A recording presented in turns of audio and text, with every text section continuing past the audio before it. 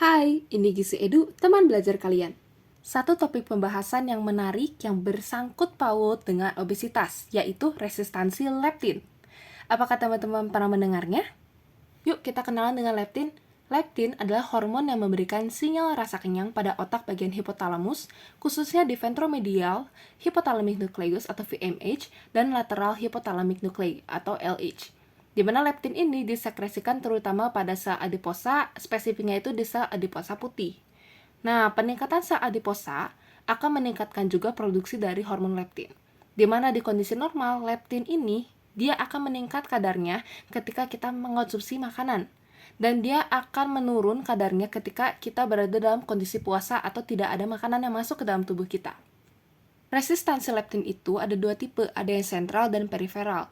Dimana kalau yang sentral, dia itu gangguan dari leptinnya itu terjadi di otak khususnya di hipotalamus. Sedangkan periferal, dia terjadinya gangguannya di organ lain selain otak seperti di jaringan adiposa, jaringan otot, juga di jaringan hati dan yang lainnya.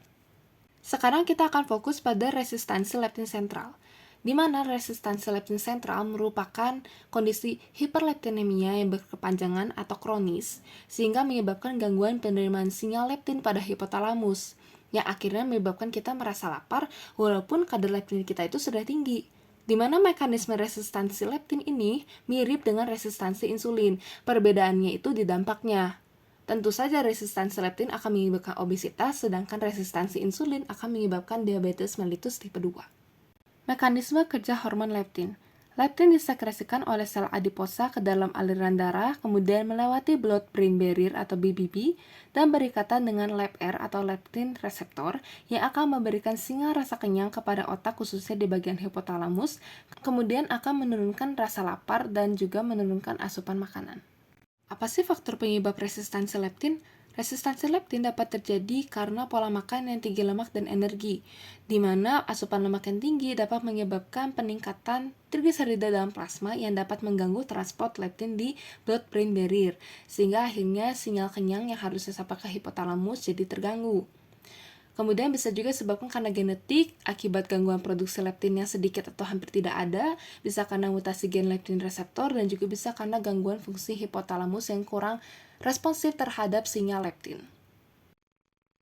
Resistansi leptin memiliki tanda dan gejala seperti tingginya nafsu makan, rasa lapar yang terus-menerus, dan atau craving makanan atau kita addicted terhadap suatu makanan, umumnya itu makanan manis. Kemudian ada chronic fatigue syndrome atau sindrom kelelahan yang kronis di mana rasa lelah tidak akan hilang setelah beristirahat atau tidur.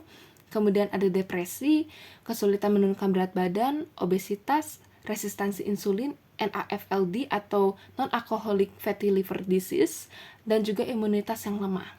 Di mana diagnosisnya itu bisa dengan menggunakan cek kadar leptin dalam darah. Normalnya itu wanita di 0,5-15,2 nanogram per mililiter, pria di 0,5-12,5 nanogram per mililiter.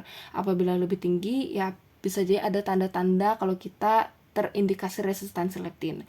Kemudian bisa mengecek profil metabolik seperti insulin, profil lipid seperti LDL, HDL, trigliserida, lipoprotein, profil inflamasi, kemudian menganalisis komposisi tubuh dengan mengecek massa otot, massa lemak, dan juga rasio dari otot dan lemak.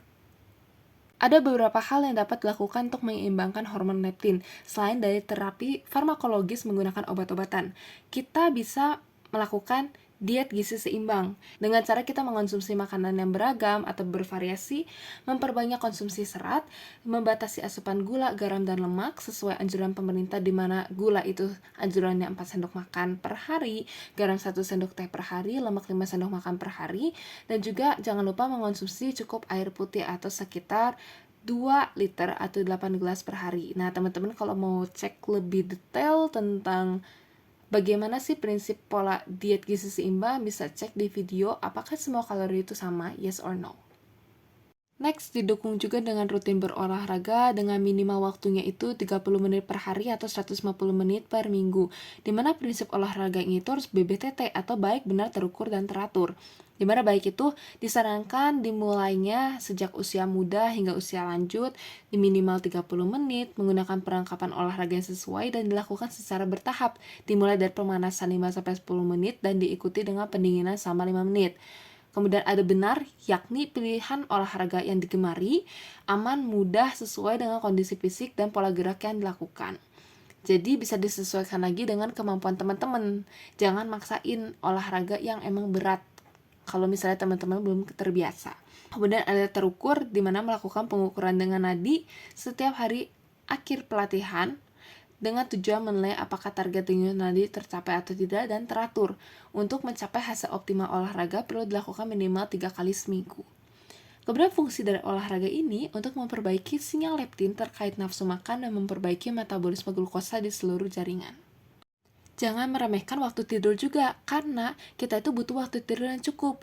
Kalau kita kurang waktu tidur, dapat mengganggu keseimbangan hormon leptin dan grelin. Wah, hormon baru nih grelin. Grelin itu apa sih? Grelin merupakan hormon pengatur rasa lapar, dan dia itu aktif mulai dari pagi hari dan puncaknya itu di jam 1 siang, dan dia akan menurun seiring berjalannya waktu sampai jam 9 malam. Dimana grelin ini disekresikan di lambung bagian fundus. Nah, pada orang dewasa, durasi tidur kurang dari 7 jam per hari dapat menurunkan kadar leptin dan meningkatkan risiko obesitas dan overweight.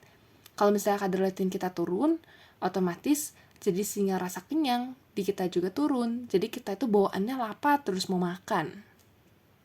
Kurangnya waktu tidur dapat menyebabkan peningkatan dari sekresi grelin dibandingkan leptin, sehingga akhirnya berimbas pada peningkatan rasa lapar dan nafsu makan kita yang membuat kita itu susah untuk mengontrol asupan makan kita. Jadi asupan makan kita itu akan lebih tinggi dibandingkan biasanya karena nafsu makan kita juga meningkat. Maka dari itu, kita perlu mementingkan waktu tidur kita yang cukup. Dimana berdasarkan Kemenkes, kebutuhan tidur sesuai usia nih, kalau usia kita dewasa 18-40 tahun itu membutuhkan waktu tidur sekitar 7-8 jam per harinya. Jadi catatan tambahan untuk kita semua, jangan terlalu sering begadang kalau tidak krusial. Sekian materi yang bisa disampaikan oleh Gizi Edu hari ini, semoga dapat bermanfaat bagi teman-teman semua.